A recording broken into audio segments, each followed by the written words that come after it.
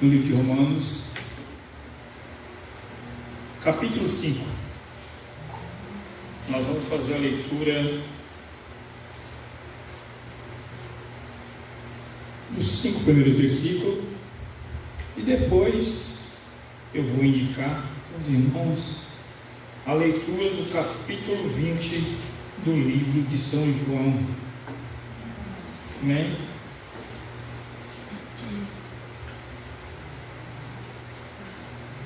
Primeiro, Romanos 5, do 1 ao 5.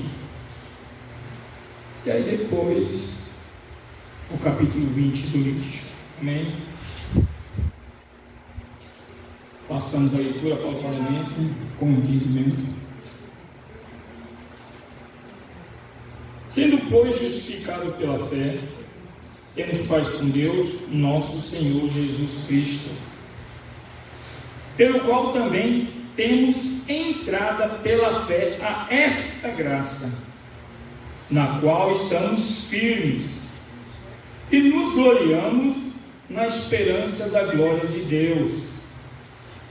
E não somente isto, mas também nos gloriamos nas tribulações, sabendo que a tribulação produz a paciência, e a paciência a experiência, e a experiência a esperança, e a esperança não traz confusão, porque o amor de Deus está derramado em nossos corações pelo Espírito Santo que nos foi dado. Amém? É uma leitura que dispensa qualquer comentário, né? Eu quero deixar um título, se possível, né? A verdadeira esperança do cristão. E por que a gente fala sobre esperança? Para falar sobre esta verdadeira esperança, que não é todo mundo que tem alcançado, é preciso enxergar as condições que o mundo atual se revela. Talvez na dinâmica do dia a dia não seja possível observar, mas sofremos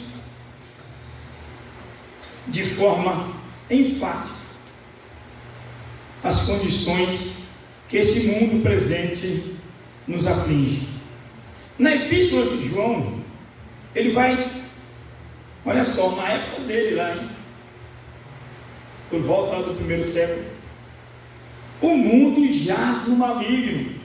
Isso está registrado lá na sua epístola, no capítulo 1, no verso 9. E esta verdade só é revelada com a chegada do Messias, porque até então não se sabia realmente o que era certo ou errado. Mas com a chegada do Messias, estando ele lá na sinagoga de Nazaré, na cidade onde foi criado, lhe deram o livro de Isaías, e quando abriu, achou o lugar em que estava escrito, e leu: o Espírito do Senhor é sobre mim, pois este me ungiu para evangelizar os pobres, enviou-me a curar os quebrantados de coração, a pregoar a liberdade aos cativos e dar vista aos cegos, e pôr em liberdade os oprimidos, e anunciar o ano aceitável do Senhor. Aleluia. E terminando, ele diz: hoje se confirma esta profecia. E assentou-se, e os olhos de todos na sinagoga estavam sobre ele. O endereço desses versículos ali está lá em Lucas, no capítulo 4, do 17 ao 20, se os irmãos quiserem aí guardar. E desde então, agora que o Espírito ungiu, Jesus começa a pregar dizendo: arrependei-vos, porque é chegado o reino dos céus. Oh, olha a esperança do crente aparecendo. É só aqui realmente aqueles que foi despertado que vão enxergar com clareza esses dois caminhos. Aqui é que a expressão mundo jaz no maligno se é revelado. O mundo se encontra separado de Deus, está sob a influência da escravidão, do pecado e do diabo. Mas quem sabe disso?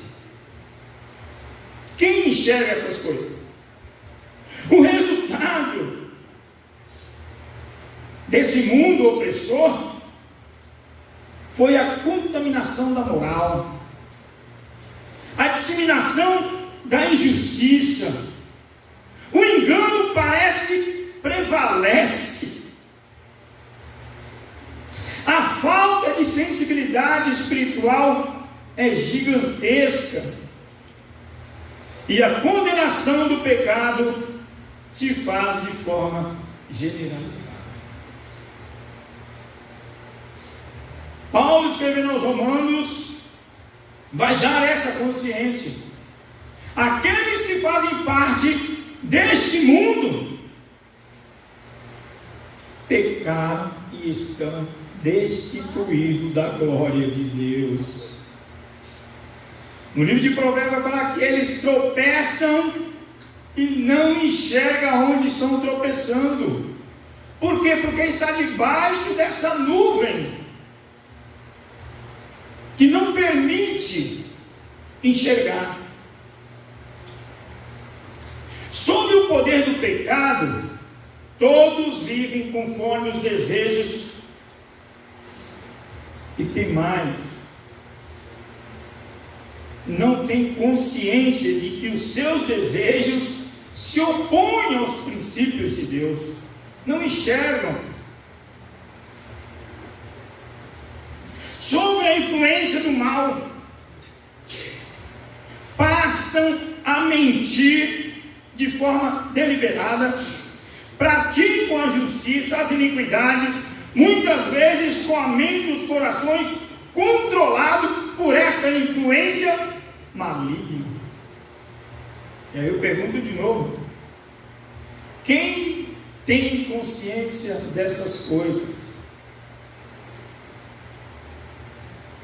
Paulo, ainda aos Romanos, ele vai falar que essas mentes, ainda que elas não sejam conscientes, elas têm o temor e sabem que o salário do pecado é a morte. Como não tem domínio, está sob uma cegueira espiritual, lhes falta o entendimento, perdendo a noção entre o que é certo e errado. E por que fazem isso? Paulo, escrevendo a segunda carta aos Coríntios, ele vai dizer que os príncipes deste século cegou o entendimento dos incrédulos, para que não lhes resplandeça sobre eles a luz do Evangelho da glória de Cristo, que é a imagem de Deus. Isso está escrito lá em 2 Coríntios 4:4. Embora o mundo se encontre no maligno, o contexto bíblico afirma que Deus continua soberano. E é por causa da soberania de Deus que a esperança começa a brilhar com mais intensidade. Para que vós saiba que desde o nascer do sol ao se pôr, não há ninguém, não há nenhum outro que iguale a mim, diz o Senhor. Então toda fonte de esperança tem que vir realmente do Senhor. Uma vez, assim que eu tinha me convertido, eu já contei aqui, e meus filhos eram pequenininhos, né, eles estavam com 6 para 7 anos. No meu primeiro ano de convertido, eu falava assim: se antes eu tinha domínio, agora com Deus então vou ser soberano. Parece que essas palavras foram ouvidas e como uma avalanche retornou sobre mim. De repente, eu perdi o emprego, a empresa faliu, não me pagou nada, e consequentemente, na primeira semana que eu estava em casa, nós 4 ficamos doentes. E aí um irmão foi em casa na quarta-feira, os irmãos tinham o hábito de passar na casa dos irmãos e fazer oração, e ele disse que foi lá na minha casa, foram lá os 6 irmãos, e aí perguntaram para mim, e aí eu, e novo convertido, irmãos, oh Jesus, falei: irmão, aqui olha, o que tinha de acontecer já aconteceu, não tem espaço para mais. Aí ele falou: irmão, mas não se preocupe não, que a palavra do Senhor tem poder. Aleluia. E esta palavra tem poder de uma forma que, se o irmão crer nela, o irmão vai ver a transformação. Aleluia. E realmente, irmãos, estas palavras no meio do caos, ela abre uma esperança, e nós sentimos revigorizados, prontos para iniciar novamente. E esta é a natureza da esperança que Deus tem nos implantado. Após 400 anos de silêncio, Deus se manifesta através da sua soberania.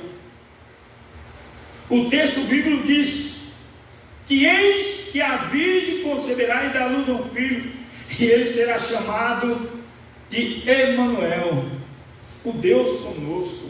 A manifestação de Deus para aqueles que estavam debaixo daquela sombra escura. Surge um raio de esperança. E aí, logo em seguida, nós vemos João Batista, filho de Zacarias, estava preparando o caminho da vida do Messias. Quando viu Jesus, disse: eis o Cordeiro de Deus que tira o pecado do mundo. A esperança já estava entronizada neste mundo, jaz do maligno. E ele agora começa a perder força. Por quê? Porque a liberdade agora, com a esperança, começa a se renovar tudo. E João, o apóstolo agora, ele vai dizer que ele veio para os seus, e os seus, não recebendo, deu direito que todos os que receberam o poder de ser chamado filho de Deus, herdeiro de uma outra pátria. Aleluia. Lá nesta pátria não haverá noite, porque a luz do Senhor resplandecerá eternamente. Aleluia. Pedro, um dos discípulos de Cristo, o texto histórico diz que quando vê a convulsão em Jerusalém, a perseguição veio forte, ele tenta fugir. Lógico, isso é livro apócrifo, é histórico, mas o livro diz que quando Pedro está fugindo, ele olha e vê Cristo de cabeça baixa. E aí a esperança refúgio, e ele retorna, e o seu martírio, ao ser crucificado de cabeça para baixo, não querendo ser igualado ao seu Senhor, deu força para aqueles que ouviram a sua mensagem. E ele diz: bendito seja o Deus e Pai do nosso Senhor Jesus Cristo, conforme a sua grande misericórdia, ele nos gerou para uma esperança viva, pelo meio da sua ressurreição dentre os mortos. Porque até aquele momento, todos que foram à sepultura ficaram, e os que saíram no comando da voz do Senhor. Aleluia. No contexto geral das Escrituras, define que a fé traz a viva esperança. Ela está ligada diretamente à ressurreição do nosso Senhor Jesus Cristo. E agora eu faço menção, o capítulo do livro de João, o capítulo 20, é muito grande. E aí eu fiz um apanhado de informação, e eu quero expor alguns. E os irmãos, se o irmão José Carlos não conseguir esclarecer, o Espírito Santo na leitura vão lhe revelar com clareza. O texto diz que Maria Madalena, após a crucificação, foi ao sepulcro de madrugada e viu a pedra tirada do sepulcro, e correu e anunciou aos discípulos que o túmulo estava vazio. Depois de estando chorando, o próprio Senhor a consola: não chores. E aí, ela vai, quando reconhece que é o Senhor, ela vai ao seu encontro, e aí ele diz: não me detenhas, porque ainda não subi para o meu Pai, mas vai para os meus irmãos e diz-lhes que subo para o meu Pai e vosso Pai, meu Deus, e é o vosso Deus. E Maria foi e disse aos discípulos que tinha falado com o Senhor ressuscitado. O ceticismo dos discípulos, ainda tomado pelo medo da perseguição religiosa, e assim sentiam desprotegido, sem esta esperança, até o momento em que eles reunidos, o Senhor se põe no meio deles. E aí o Senhor diz-lhes: a paz seja convosco. E repetiu essa situação por 3 vezes. E neste último, lá estava o incrédulo, que mesmo recebendo a informação, disse: só acreditarei se eu ver e colocar o dedo. Isso está escrito, irmão, lá no capítulo de João 20.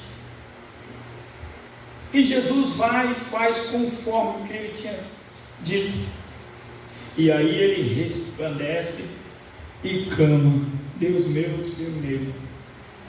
E aí Jesus o repreende, ou lhe confirma com clareza, que todas as palavras que foram ditas foram ordenadas pelo Pai, e o Pai, na soberania que tem, dava o respaldo.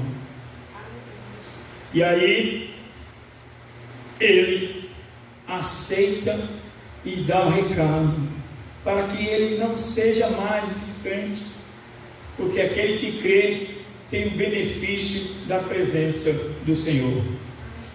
O objetivo aqui, irmãos, é trazer a verdadeira esperança do cristão, porque chega um momento que parece que tudo está desencontrado. Quando nós falamos que esse mundo jaz no maligno e a responsabilidade é individual, nós, como portador de luz. Uma vez no Sermão do Monte, Jesus vai falar que nós somos a luz do mundo. Temos que combater essa nuvem obscura que impede as pessoas de ter essa visão com clareza, que o reino de Deus já está plantado no mundo. O mundo é do maligno, mas a porta está aberta para o escape. E o escape aí é o Evangelho que está sendo pregado, está sendo anunciado, para que haja o arrependimento e veja com clareza quem realmente é o opressor. Todos são vítimas, embora alguns realmente só na hora da aflição que vai enxergar. Já foi dito várias vezes aqui, e eu acho que umas 4 vezes falando sobre o filho pródigo. O filho pródigo na casa do pai achava que o mundo era maravilha, que o mundo dava liberdade, porque sobre a administração do pai ele tinha que se restringir a algumas regras para a sua própria segurança. E aí ele, achando que está já na sua maioridade, pede a sua parte e vai enganado, como já foi dito aqui, com as campinas do Jordão, lá nos campos de Sodoma. E olha o que acontece. E quantos não são tragados por esta nuvem que oprime, que aparece para ele como um anjo de luz? Como aceita conselho do amigo que traz contrário à vontade daquele que o educou? O texto deixa bem claro que ele vai e gasta tudo que tem de forma absoluta. E aí, quando veio a fome, lembrou da casa do pai. Quantos jornaleiros, quantos trabalhadores na casa do meu pai, e eu aqui. O texto diz que ele desejou comer as bolotas que eram servidas aos porcos. E ele se arrepende e volta. Cai em si. Aleluia. E vê com veemente que a esperança nos faz regozijar em paz. Essa paz que Deus nos dá, ela é contagiante. Ela faz com que você tenha paz até com o seu inimigo. Eu falo porque eu trabalhei 10 anos aqui naquela oficina do Franco. Naquela época, era uma das prestadoras de serviço na linha de recuperação de veículos mais conhecida. Inclusive a propaganda do anjo correndo atrás do carro lá nos anos 2000 foi feita lá, e eu trabalhava lá, e eu era mais chato do que sou hoje. Hoje eu sou menos chato, mas naquela época eu era mais chato. Na hora do almoço, a gente ficava na porta da oficina falando sobre a graça de Deus. E aí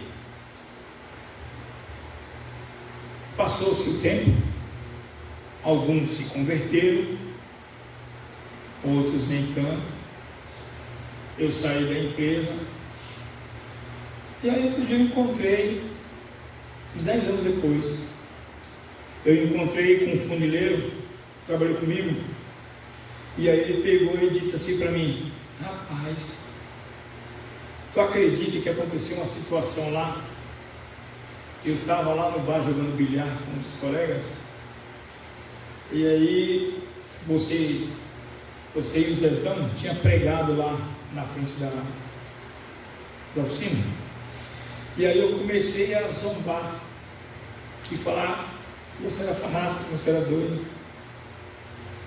Aí um rapaz lá estava até meio embriagado, pegou e falou assim para mim: você não tem vergonha não? Aí ele olhou assim: como assim vergonha? Meu, o cara está lá na casa dele, já deve ter tomado banho, deve estar deitado, dormindo com a família dele, e você que fala mal do cara, só porque o cara é crente. Por que você não deu ouvido o que ele falou?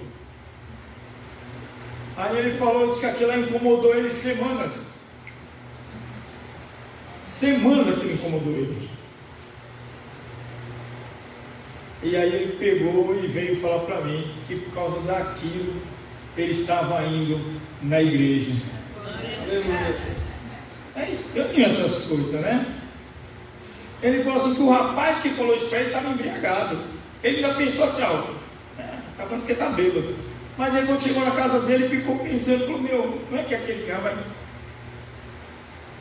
Eu falar que ele falou para mim, falou que você estava na sua casa, já devia ter ido na igreja, já tinha voltado, já tinha tomado banho, já tinha jantado, estava com a sua família em casa, ele ali jogando bilhar, falando mal da sua vida. Aí ele falou: rapaz, aquilo fez com que depois eu fosse para a igreja. Então, irmãos, não é que nós sejamos alguém, mas a luz dessa esperança que há em nós resplandece e mostra muitas vezes o caminho para terceiros. E eu só fui tomar conhecimento disso depois, ele me contando. Se fosse outra pessoa que contasse, talvez nem daria tanta atenção, mas ele contando, via que realmente a coisa era eficaz. Como diz, o objetivo aqui é revelar que essa esperança viva, ela tem justificativa através da fé em Jesus Cristo, no processo de santificação doado pelo Espírito que Ele mesmo nos deu. E essa esperança viva em nós que vai nos livrar da condenação do pecado, vai nos separar da presença do pecado pela santificação, e no futuro vai eliminar, vai extirpar da presença do pecado com a glorificação, e estaremos para todo sempre junto com Ele. Esta é a esperança que nós temos. Portanto, Paulo dizendo aos Romanos, depois de falar do pecado, do poder do pecado, que mesmo você querendo fazer a coisa certa, ele não lhe permite. E por que não permite? Porque você não tem noção do que é certo e errado. A nuvem te cobre e não lhe permite enxergar o que é certo e o que é errado. E ainda que você queira fazer o bem, você não consegue, porque o mal que está em você vai estar sempre presente. E aí, longe dessa esperança, Paulo diz: porém, nenhuma condenação há para aqueles que estão em Cristo Jesus, porque nele já há esperança da glória futura. Irmãos, esse é o fundamento que nos dá a paz. Paulo traz a confirmação, como já foi dito, havendo sido justificado pela fé, temos o poder na palavra para não permitir novamente as algemas da escravidão. Se nós olharmos com clareza o texto, Romanos capítulo 1, ele vai dizer que isto nos dá a garantia que fomos declarados justos diante de Deus pelas obras de Cristo na cruz. E é justamente para que não haja em nós aquela ideia de grandeza, porque maldito é o homem que confia na sua inteligência, na sua expertise e na sua força,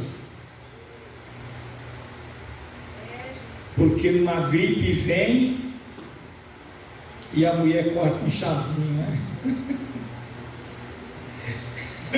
Pensa numa coisa que deixa você dolorido em sua cama, uma gripezinha. Oh Jesus, graças a Deus.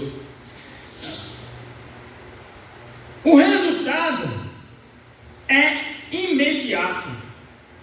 A paz com Deus nos dá segurança. E aí Paulo diz que a vontade dele era estar com o Senhor, porque nele já havia essa paz com Deus. Por que alguns não querem ter encontro com Deus? Porque sabe que Deus é justo e ele é injusto, e uma vez que ele chega diante de Deus com esta injustiça, o que vai ter para ele é a morte. Como já disse, o salário do pecado é a morte. Nós éramos inimigos de Deus por causa do pecado. Isaías vai dizer: o que faz a separação entre eu e Deus é o pecado. Uma vez que ele foi eliminado, temos acesso ao Senhor através de Jesus Cristo, nosso Salvador. Agora, com Cristo reconciliados, temos acesso a essa graça. Não é uma posição temporária, e sim uma condição que permanece para sempre e segura.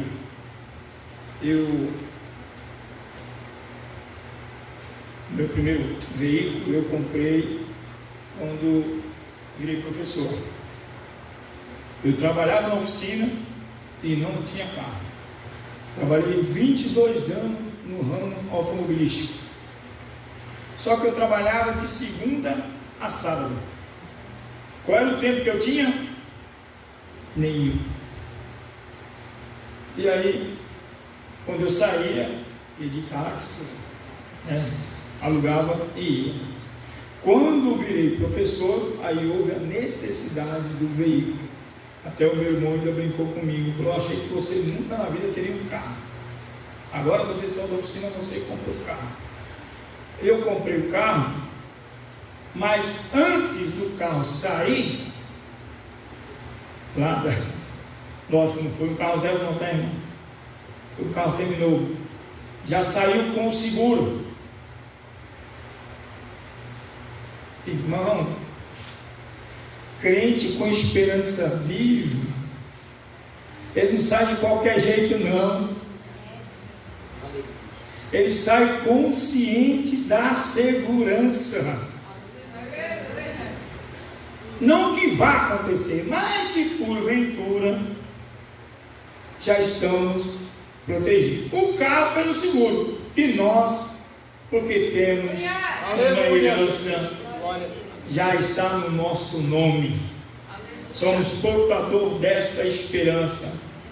Então não é uma posição temporária, e sim uma condição permanente. Isso aí está registrado no versículo 1 e a parte A do versículo 2 de Romanos 5. E aí temos, infelizmente, a nossa fé tem que ser provada. E como é que ela vai ser provada? O versículo 2, aí a parte C já começa dizendo já. Olha lá.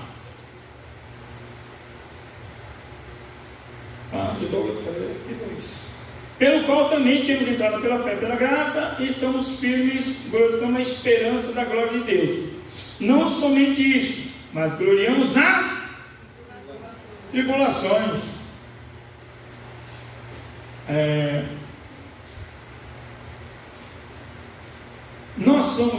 Nós temos prova justamente para ser provado. Quando a minha família veio para São Paulo, veio em 69. E aí a irmã do meu pai estava passando necessidade lá, e o meu pai já estava estabilizado. Aí pediu permissão para virem, e veio todos eles. Aí meu pai mandou o dinheiro, eles vieram, ficaram mais de um ano lá na casa da nossa casa. A casa não era tão grande, mas deu para acolher todo mundo. A minha prima era uns 3 anos mais velha do que eu, já estava com a idade de 12 para 13 anos. A vizinha lá precisava de alguém para ajudá-la nos afazeres da casa e cuidar das crianças, e chamou ela para que fizesse, essa parte. Prometeu lá um salário, e ela foi. Com 20 dias, ela estava com uma nota, naquela época era 50 mil cruzeiros, em 80 e antes do plano real. Ela estava com uma notona bonita, de 50 mil cruzeiros, antes do plano do Sarney lá. E aí a minha tia perguntou: menina, você arrumou esse dinheiro? Foi a mulher lá da casa que me deu. Mas ela já está te pagando uma notona dessa? Ela falou que nem precisei mais. A mentira tem perna curta. Ela não voltou. No outro dia a mulher foi lá, e a mulher exigiu a nota, porque deixou de propósito. Deixou lá de propósito, para ver se podia confiar nela. E a vergonha?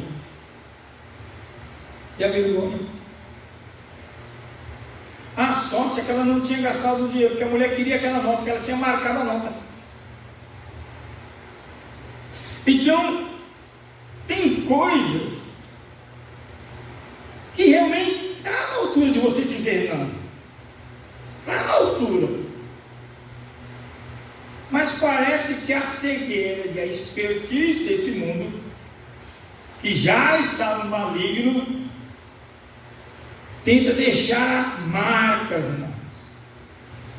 Isso eu estou falando dela que foi culpada. E quantos outros inocentes?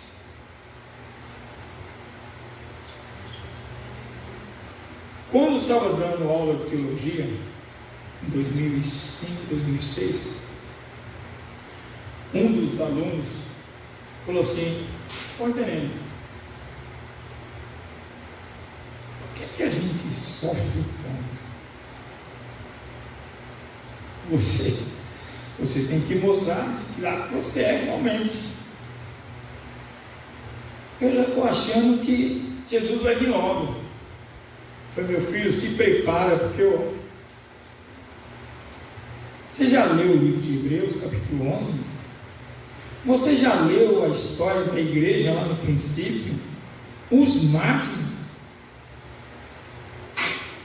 Irmão, esse sofrimento aqui para nós é fichinha. E por que eu falo que é fichinha? Porque eles, inocentes, padeceram e não retrocederam. E nós vamos retroceder? Aí ele falou: O conhecimento eu tenho. Então agora precisa da prática. E aí é onde é que está a prática. É no sofrimento que nós temos a esperança mais viva. Porque nós sabemos que esse pequeno espaço de tempo vai passar. E depois nós vamos dar glória a Deus. Eu mesmo, quantas situações já passei, parece que não ia acabar, passou, e hoje eu dou risada, embora estou passando por outra, mas já estou aqui consciente que vou dar risada também. Aleluia. Vou dar risada também. O propósito do sofrimento é fazer com que nós venhamos compartilhar com a grandeza e glória de Deus em nós, porque o próprio Espírito vai nos testificar que Deus está vendo e Ele é justo. Ele não vai deixar você sofrer além do que aguenta. Por isso promove o escape. O sofrimento não é o fim, mas é um catalisador para a resistência. A minha prima, depois daquele lance, nunca mais pôs a mão em nada de ninguém, porque a vergonha foi gigantesca, porque queriam dar até o dobro do valor, e a mulher não queria. A mulher falou: eu quero a minha nota que eu marquei. Então tem situação que realmente se torna insustentável. Aleluia. À medida que suportamos, nosso caráter é testado e comprovado, mostrando a realidade que você realmente tem fé. E esta fé não é sua, é a fé que foi doada através do dom do Espírito que habita em você. E aí ela aparece como fruto pela perseverança. Então não é tão difícil para os nascidos de novo, porque para os demais é praticamente impossível. A experiência produz esperança. A certeza de que Deus está conosco no sofrimento fortalece a nossa esperança, e a esperança aqui não é um desejo incerto não, mas traz uma confiança absoluta. A base da nossa certeza é o amor de Deus. Eu falo por causa das experiências. Eu disse que o crente é provado em tudo. E eu trabalhava na oficina e gostava da oficina. Gostava.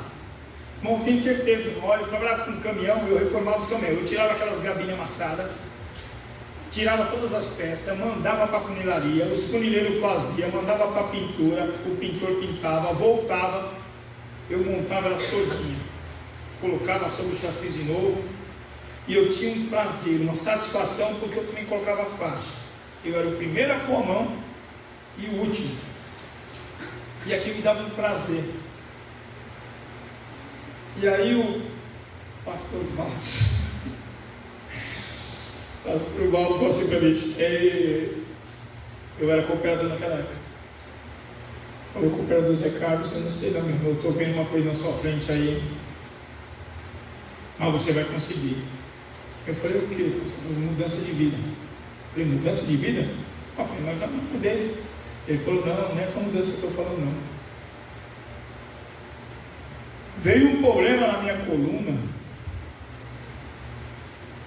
Eu fiquei 4 anos fazendo tratamento e fui 3 vezes para a mesa de cirurgia, e os médicos não faziam cirurgia. Eu voltava a trabalhar, com 3, 4 dias que eu estava trabalhando, voltava, porque inflamava tudo. Aí o médico perguntou assim para mim assim: seu José, o senhor vai ter que mudar de profissão. Aí eu falei: sério? Sério. Eu já estava dando aula de teologia. Aí ele falou assim: só tem 2 opções do senhor: carro. O senhor pode ser vendedor. Eu falei: não, eu não tenho aptidão para enganar ninguém, né? Aí ele pegou e falou: então seja professor. Sabe aquilo?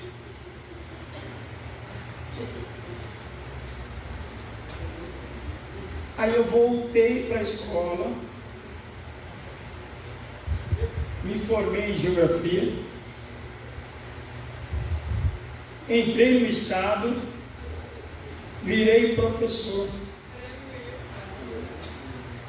Eu sonhava trabalhando com carro, limpou a minha mente. E depois que eu virei professor, faz 20 anos eu sou professor. E agora os problemas estão voltando de novo, eu estou achando que é para parar de trabalhar mesmo. Mas foi interessante. Só foi voltar a trabalhar, o problema passou como professor. Então, essas mudanças, ela faz para que você seja não mais um, que você seja um. E quando eu estava dando aula, aí eu vi a necessidade, por que eu tinha que ir para a escola. E cheguei uma vez a falar isso na reunião de obreiros lá na sede do setor 22. Eles estavam discutindo lá posição por causa de salário. Aí eu peguei e falei assim para o vice lá no setor 22. Você já pensou em estar trabalhando na área pública? Pastor, que papo é isso? Quer me tirar da igreja? Eu falei: não. Eu falo para você porque quando eu entrei na escola, na troca de aula, o professor que estava numa sala na minha frente, irmãos, eu não sou preconceituoso, e eu acho que cada um é responsável pelos seus atos, mas a pessoa não pode fazer aquilo que fizeram, que eles fazem. O rapaz dava aula de educação de arte, né, educação artística, e eu entrei na sala e eles tinham feito um debate lá sobre sexo. Aonde? E o rapaz, nada contra, mas eu acho que a pessoa tem que respeitar o momento de trabalho. Completamente fora dos procedimentos morais. Aí eu disse: já pensou se fosse um irmão que estivesse dando essa aula? Irmão, para deixar aqueles alunos de novo, acalmar eles, por causa daquela situação que ficou, o debate que eles fizeram lá sobre sexo, para colocar de novo no lugar. Aí eu falei para ele, Mané, pastor Mané, o senhor trabalha aqui na escola, aqui na igreja, que hora? Eu trabalho das 8 às 13 horas. Ele fazia meio período e o outro fazia outro. Você já parou para pensar que se você entrasse no setor público, você seria um agente cheio do Espírito Santo? Não que você seria justo, mas a injustiça seria menor. O seu comportamento lá poderia melhorar a situação do ambiente. O que te impede de assumir repartições públicas? Não é a falta do estudo? Estuda e vá ocupar esses espaços. Você já pensou, o presidente da OB? Não, porque tem um crente aí que quer ser ministro, mas meu Deus do céu, só Jesus por causa. Mas a pessoa cheia do Espírito Santo, ele vai fazer a diferença na repartição pública. A Carol voltou a trabalhar no hospital, não está bem ainda, mas voltou a trabalhar. E ela faz a diferença no setor. Ela está lá numa parte que as pessoas estão em fase terminal. Já liberou vice-diretor. E aí ela estava contando que ela chegou lá e tinha um senhor Aí ele pegou e falou assim para ela assim: faz um favor para mim. Ela falou: o que que você quer? Eu quero tomar café na xícara. Na xícara.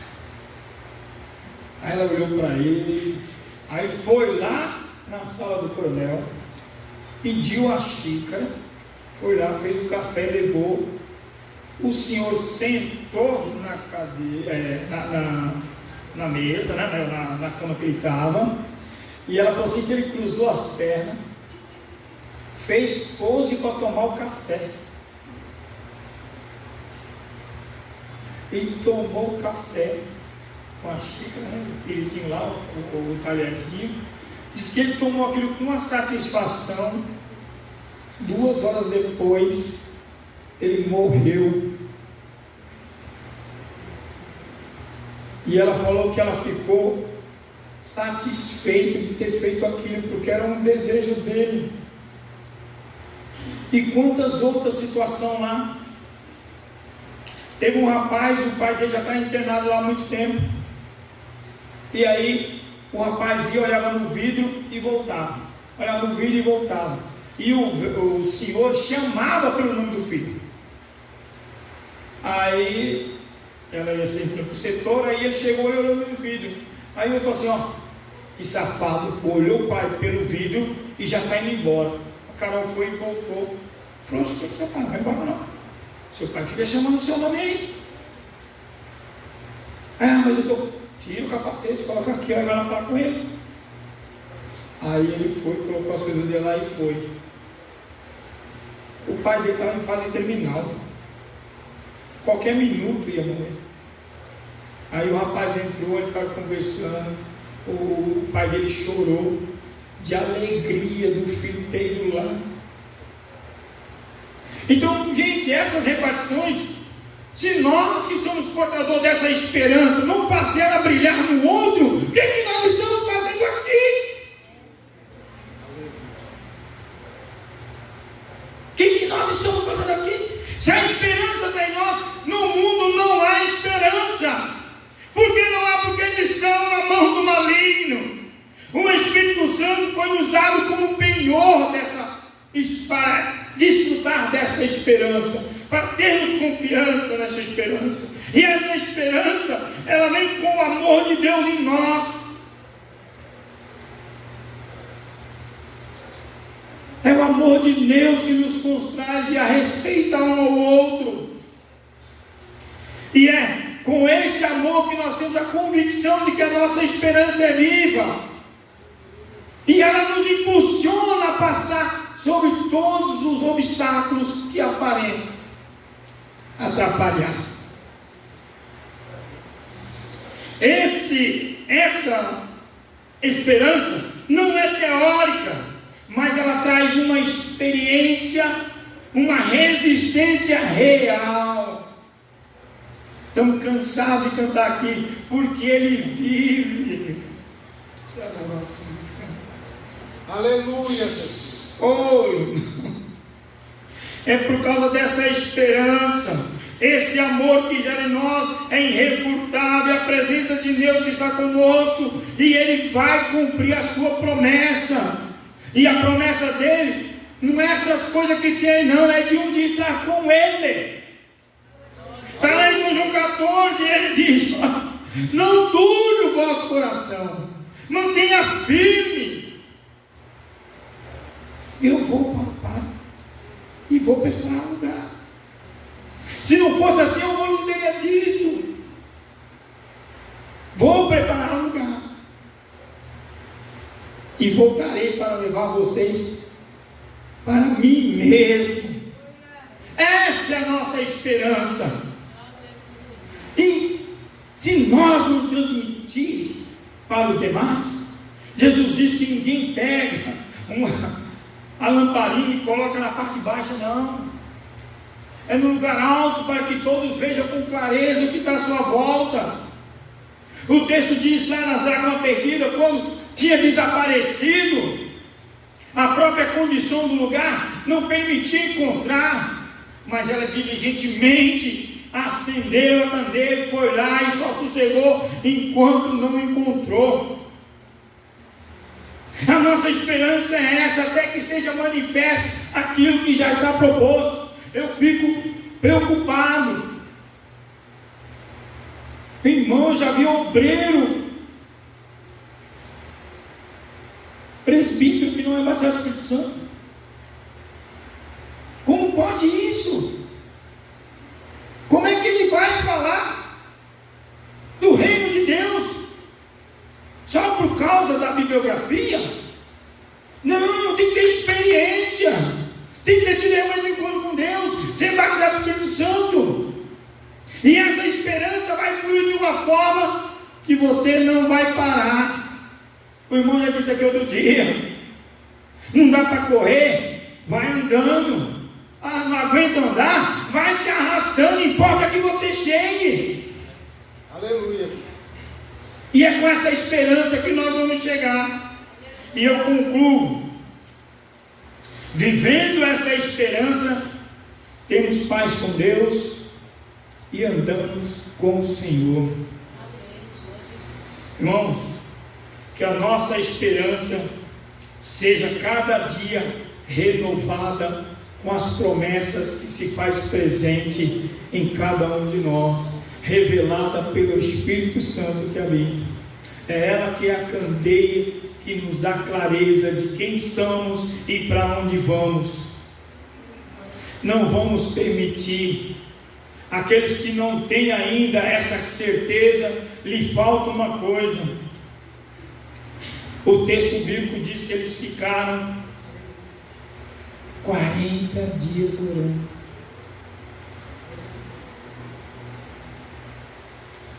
$120 pessoas. Tinha muito mais, mas quem prevaleceu foram 120, e todos eles foram cheios e saíram de lá com esperança renovada, glorificando o Senhor, de forma que todos entenderam a satisfação do prazer da sua esperança. E assim eu agradeço a oportunidade e que você tenha uma esperança renovada. Jesus é a nossa esperança. Amém? Eu já quero agradecer a oportunidade em nome de Jesus.